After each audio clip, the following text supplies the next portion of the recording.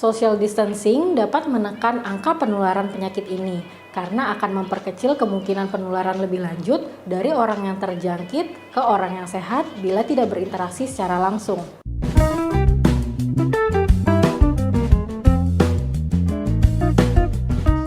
Sampai saat ini, diketahui bahwa penularan COVID-19 adalah melalui droplet, yaitu percikan cairan yang keluar dari saluran pernafasan saat kita berbicara, bersin, ataupun batuk.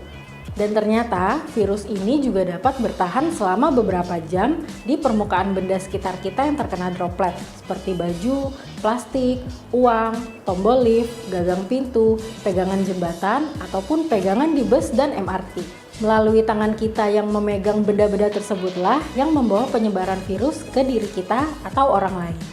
Karena itulah COVID-19 sangat mudah menular antara satu orang ke orang lain bila berinteraksi dengan jarak yang cukup dekat ataupun memegang benda yang sama dengan orang yang terjangkit COVID-19.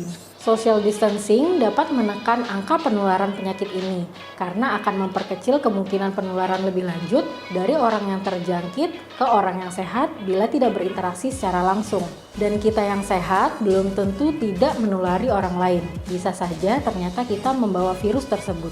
Penularan inilah yang dapat kita cegah dengan cara menjaga jarak atau social distancing, terutama mencegah penularan ke orang-orang yang lebih rentan karena imunitas mereka lebih rendah, seperti orang lanjut usia atau orang dengan penyakit penyerta lain. Hal ini berhasil dilakukan oleh Korea Selatan tanpa melakukan lockdown area. Mereka melakukan banyak tes corona kepada masyarakat dan yang beresiko langsung melakukan social distancing, sedangkan yang terjangkit akan diisolasi dan diobati. Jika kita tidak melakukan social distancing, maka akan sulit mengontrol penyebaran virus ini. Angka terjangkit penyakit semakin tinggi dan yang paling ditakutkan rumah sakit tidak cukup untuk menampung semua pasien. Ada banyak cara yang dapat dilakukan untuk melakukan social distancing. Yang pertama, work from home atau bekerja dari rumah. Kedua, meliburkan sekolah dan mengganti menjadi kelas online. Ketiga, menunda atau membatalkan konferensi atau rapat besar, serta menghindari area keramaian seperti bioskop, tempat wisata, dan lain-lain. Lakukan self-quarantine. Hal ini dilakukan bila kamu mempunyai resiko terpapar virus corona.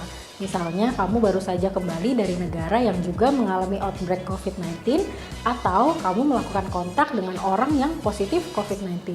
Maka, kamu diwajibkan untuk melakukan self-quarantine, yaitu berdiam diri di rumah selama 14 hari tanpa melakukan kontak dengan orang lain. Kenapa 14 hari? Karena menurut para ahli, 14 hari adalah waktu yang cukup untuk mengetahui apakah kamu akhirnya akan terjangkit dengan virus ini atau tidak. Dan jangan lupa untuk selalu menjalankan perilaku hidup bersih dan sehat, serta mencuci tangan secara teratur dan benar.